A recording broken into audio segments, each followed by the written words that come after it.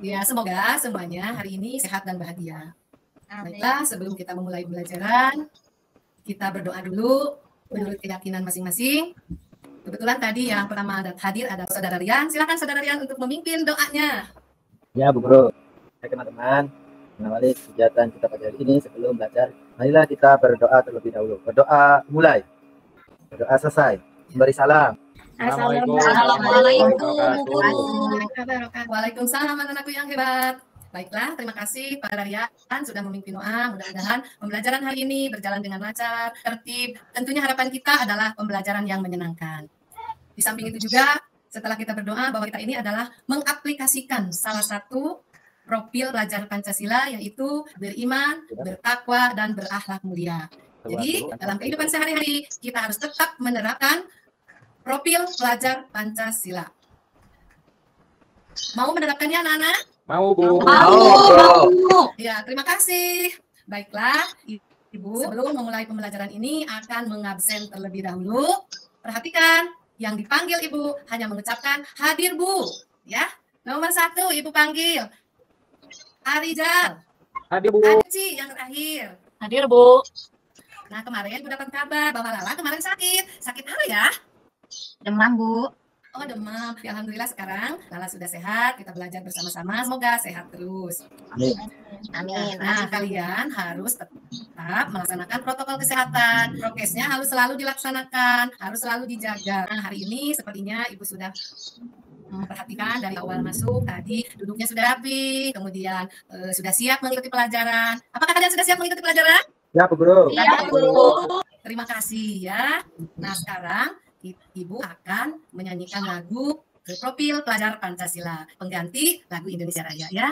Kita siap mulai ya? Siap, Bu. Ya. Nama-nama profil. Ayo tepuk tangan semuanya. Nama-nama profil pelajar Pancasila.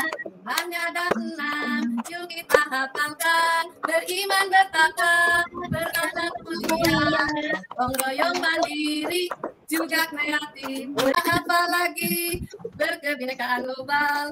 Apa lagi? Bernalar kritis. Kita hafalkan. Yuk kita terapkan dalam kehidupan kita sehari-hari. Ya, tepuk tangan semuanya. Ya, alhamdulillah. Baiklah, anak-anak sekalian, minggu kemarin kita sudah menyelesaikan bab 1 yang diakhiri dengan penyebaran biji. Nah, penyebaran biji ini biasanya dibantu oleh siapa ya? Kira-kira kalau biji terbang dibantu oleh siapa? Oh ya, oleh angin. Oh, oleh hewan, betul. Apalagi? Burung, Bu, burung. Oh, burung-burung. Ya. Nah, semua jawabannya betul ya. Jadi, penyebaran biji ini boleh hewan, boleh burung, boleh air, boleh angin. Nah, biji ini bisa tumbuh di mana saja. Apakah biji termasuk makhluk hidup? Ya, Bu. Ya. Tapi kalau sudah tumbuh, apakah tetap masih makhluk hidup atau benda tidak hidup? Hidup. Jadi kalau tumbuh itu merupakan makhluk hidup. Coba sekarang bedakan tumbuhan dengan biji. Apa bedanya? Silakan yang mau jawab. Kalau tumbuhan tadinya kecil bisa jadi besar, Bu. Oh iya, bagus. Tadinya kecil bisa jadi besar. Berarti bisa tumbuh. Nah itu jadi tumbuhan bisa tumbuh. Nah sekarang hubungannya dengan materi ini ada apa ya? Nah kita sekarang memasuki bab 2, yaitu tentang wujud zat dan perubahannya. Dengan topik materi itu apa ya? Nah, di dalam pembahasan ini ada 3 yang akan kita bahas, yaitu tentang materi, massa, dan volume. 3 poin ini satu sama lain saling terkait dan saling berhubungan. Nah, Ibu mau mengingatkan bahwa nanti kita juga akan menyaksikan atau mengamati sebuah video tentang materi, massa, dan volume. Tapi sebelumnya, Ibu akan menyampaikan tujuan apa yang akan kita capai dalam pembelajaran ini yang terkait dengan materi, massa, dan volume. Tentunya yang pertama, kita akan bisa mengidentifikasi permasalahan-permasalahan yang terkait dengan materi, massa, dan volume. Kemudian yang keduanya, kita juga bisa mengenal dan mengaplikasikan dalam kehidupan sehari-hari tentang benda-benda yang terkait dengan volume, massa, dan materi.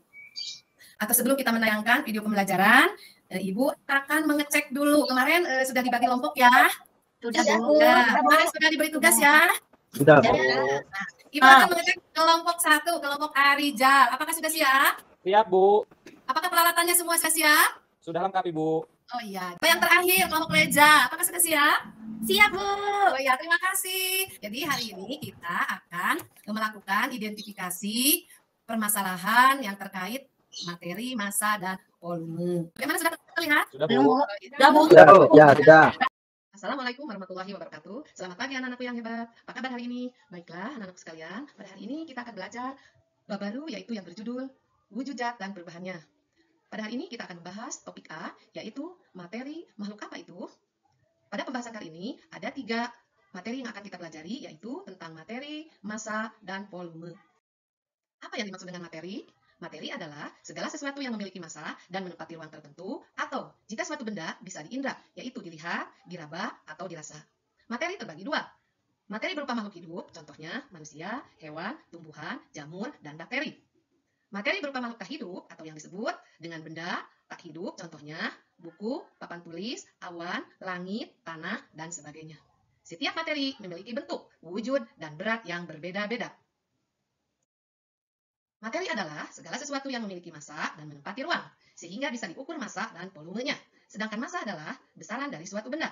Ketika suatu benda memiliki massa, maka benda itu merupakan materi. Massa suatu benda bisa berbeda dengan massa benda lainnya. Contohnya, massa 1 butir telur akan berbeda dengan massa 1 potong baju. Untuk mengetahui apa itu massa, dapat dilakukan dengan percobaan pada timbangan. Contohnya, batu dan kerikil. Ketika ditimbang, timbangan akan miring ke arah benda yang lebih berat, itu artinya benda yang ada di sebelah kiri, yaitu batu, lebih berat dibanding benda yang ada di sebelah kanan, yaitu kerikil. Hal ini menunjukkan bahwa massa batu lebih besar dibandingkan massa kerikil. Selain memiliki massa, ciri-ciri materi adalah menempati ruang. Maksudnya, setiap materi pasti memiliki ukuran tertentu. Misalnya, air dalam gelas, udara yang memenuhi paru-paru.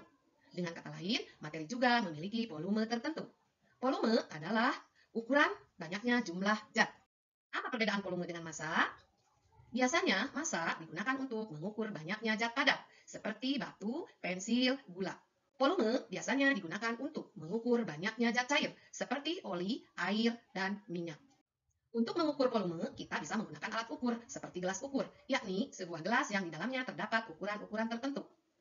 Ukuran volume bisa dinyatakan dalam mililiter, yang disimbolkan dengan tulisan ml, dan liter yang disimbolkan dengan huruf L. Sesuatu disebut materi jika menempati ruangan tertentu, atau dengan bahasa lain memiliki volume tertentu. Biasanya semakin besar volume suatu cairan, jumlah zat semakin banyak.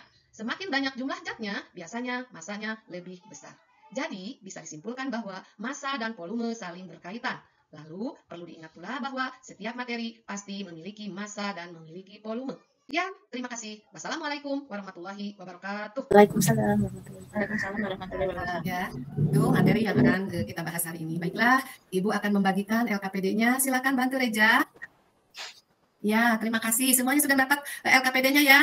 Sudah, Bu. Ya, Bu. siapa yang mau bertanya tentang materi atau yang terdapat pada LKPD? Ibu mau bertanya, Ya, Bu. siapa? Oh iya, Bu. silakan. Bu, di situ kok ada kata massa. Massa itu apa ya, Bu? Oh iya, barangkali siapa yang mau jawab? Yuk, ada kata Ibu, masanya. saya tahu, Bu. Bu, apa ya? Massa itu besaran dari suatu benda, Bu. Oh ya, terima kasih ya, udah pinter ya. Nah, ini LKPD-nya lupa tadi ya. Jadi, massa itu adalah suatu besaran. Nah, siapa lagi yang akan bertanya tentang materi atau LKPD ini? Ibu, saya, Bu. Oh iya, silahkan.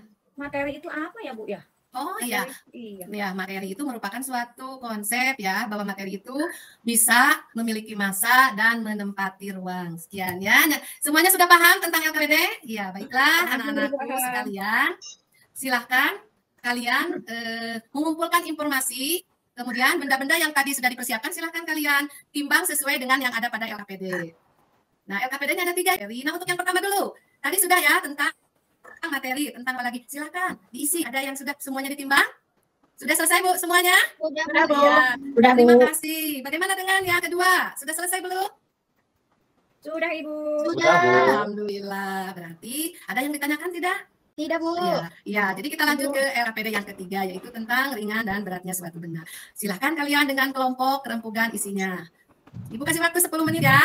Baik, Ya, Bu. Bu. Ya, sudah selesai? Bu. Sudah selesai? Banyak, Bu. Oh iya, tunggu 1 menit Lagi, Bu. lagi ya.